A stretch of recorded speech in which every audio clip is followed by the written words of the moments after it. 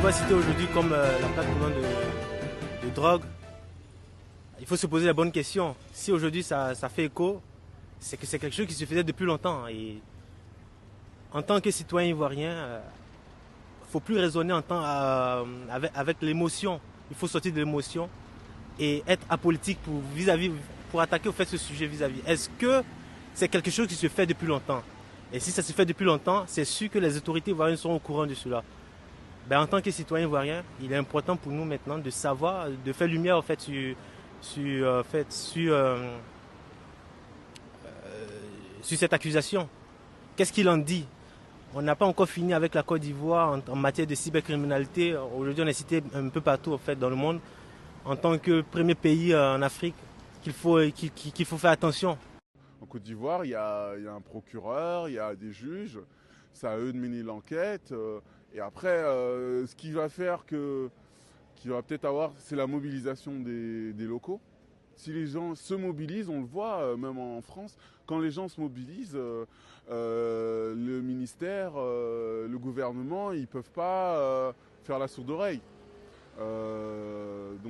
Voilà, donc à partir de là, une fois que la pression sera suffisamment forte, eh bien peut-être que lui, de lui-même, il va peut-être se dire je me retire en attendant que l'enquête se termine et je vais faire la lumière sur mes accusations.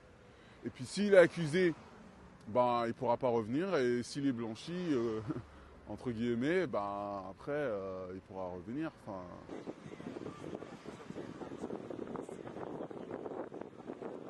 C'est assez sensible, mais je pense que pour moi ce serait une démission. Il devrait démissionner parce que moralement déjà et éthiquement on ne peut pas se permettre ce genre de comportement parce qu'on reflète un peu la population, on reflète son pays et c'est pas refléter son pays en fait. Parce qu'en fait, dans l'histoire, même si encore si la cocaïne passait là-bas, que ça aidait les Africains à vivre mieux ou quoi, mais ça les aide pas, ça crée plus de problèmes en fait, parce que eux ils gagnent rien dans l'histoire, c'est les trafiquants qui gagnent dans l'histoire. Eux ils y gagnent rien.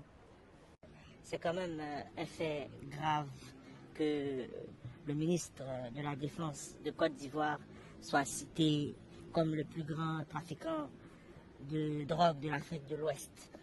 C'est quand même aberrant de savoir que mon pays, la Côte d'Ivoire, est la plaque tournante du trafic de cocaïne en Afrique de l'Ouest. Vous savez, c'est un témoignage pour moi, parce que j'ai eu des amis touchés par le phénomène de la drogue. Et aujourd'hui, quand on va en Côte d'Ivoire, on voit des fumoirs à tout bout de rue, on voit des fumoirs dans chaque quartier. Et c'est la population ivoirienne qui est aujourd'hui en danger. Donc entendre dans un article qu'un ministre de la Défense, qu'une autorité du pays soit impliquée dans ce trafic, que ce soit avéré ou pas, ça décrédibilise la nation ivoirienne. Et ça m'écoeure en tant que jeune de Côte d'Ivoire. Je fais ce témoignage. Par rapport au ministre de la Défense que vous m'avez cité un petit peu, ça montre qu'il y a quand même quelques petits problèmes politiques, je pense, à ce niveau-là. Après, voilà, faudrait vraiment faire une investigation plus poussée. Après, en tant que citoyen du monde, je pense que malheureusement, tous les pays aujourd'hui ont un enjeu à ce niveau-là, c'est-à-dire de, bien sûr, faire en sorte que le trafic de drogue soit limité partout. Et si les faits étaient avérés, je pense qu'on devrait tout simplement faire en sorte qu'ils quittent le pouvoir.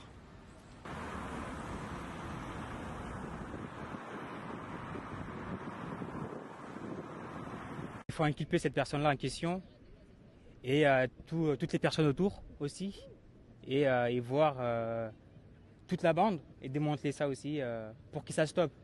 Parce que la drogue c'est pas bien, c'est pas bien. Voilà. Le gouvernement qui doit être le premier à réagir et je pense que si vous voulez qu'un pays aille mieux, il faut que le gouvernement justement se remette en question et mette des limites là où il faut mettre des limites. Et là, concernant la drogue, c'est une grosse limite à mettre. Alors forcément, oui, il y a des développements annexes, des trucs frontaliers, etc. qui passeront. Mais si maintenant le gouvernement profite de ça, personne ne s'en sortira. On n'en sortira pas et l'Afrique ne s'en sortira pas. Du coup, non, moi je pense que le gouvernement doit réellement réagir et mettre un stop à ça en fait. C'est un point de non-retour, sinon on arrivera justement à un point de non-retour et là c'est tolérance zéro. Bah écoutez, ça peut être un frein au développement. J'ai l'exemple de l'île Maurice qui est gangrénée par les drogues dures. Et c'est un fléau et c'est également un tabou par exemple à l'île Maurice. Et il ne faut pas hésiter à dénoncer ce genre de pratique et ne pas hésiter à dénoncer les réseaux également qui sont à la tête de ça. Je vous parle aujourd'hui pour vous dire, touchez pas à la cocaïne. C'est vraiment pas bon, ça va vous emmener à rien. Voilà. N'écoutez pas les narcotrafiquants, tout ça, ça sert à rien, c'est pas bon. Quelle est la position réelle de nos autorités par rapport à ces accusations? Est-ce qu'elles se sont prononcées vis-à-vis de cela? Et nous, on a besoin en fait de savoir parce que derrière, on est jugé, nous qui vivons à l'étranger, sur le fait que nous on vient de la Côte d'Ivoire. Et comment est-ce que la Côte d'Ivoire est citée aujourd'hui? Est-ce qu'on est cité comme un pays exemplaire ou on est cité comme un pays qui n'est pas en fait réglo? C'est de ça qu'il s'agit. Et vous faites un sitting non à la drogue, ben ça va être visible. Vous pouvez avoir des relais médiatiques comme France 24.